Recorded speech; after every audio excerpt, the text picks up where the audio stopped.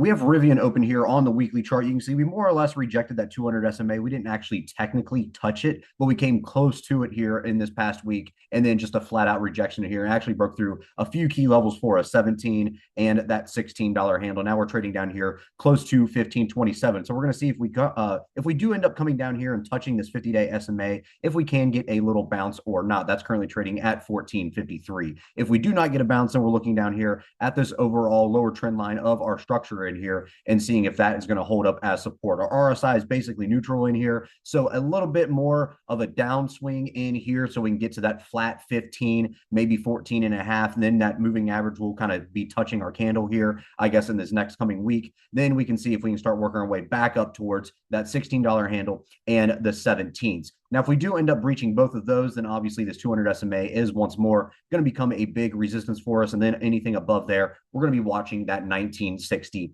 level. Now, as far as our expected moves in here go, your IV rank is relatively juiced compared to itself over the past year. So your February 27th expiration is pricing in right around an 80-cent move. Next Friday, about $1.20. If you go all the way out to March, right around a $2 expected move in here. So we're going to see what happens throughout the week in Rivian, but also we're going to see if we can get some sort of sympathy play in Rivian for coming off of any Tesla moves we might get. So Tesla had a pretty much over the past couple months a down move in here, coming off those highs when they rejected that 500 level, basically, more or less.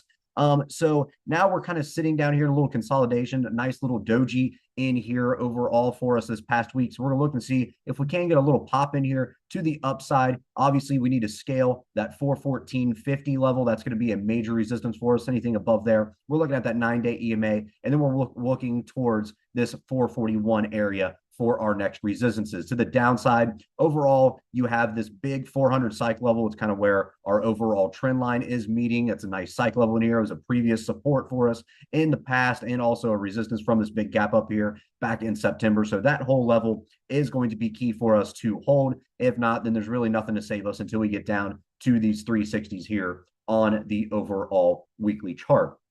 Now, as far as our expected moves go, your IV ranking here is ridiculously low compared to itself overall. So your this Friday's expiration, about $16 expected move, go all the way out to next Friday, right around $20 or $30 expected move, go all the way out to March, right around that same expected move in there. So we're going to see what kind of pop we do get in here. If not, then we're looking to try to just trickle down to that $400 range. Then maybe that's when everybody's going to start getting back in this thing. But overall, little consolidation in here has kind of been wrapped around that 414, 415 area. If we do get more of a gap up as we're going into Monday's open and getting closer to pre-market, then we're going to see if that does hold and see if we can get a little pop in here.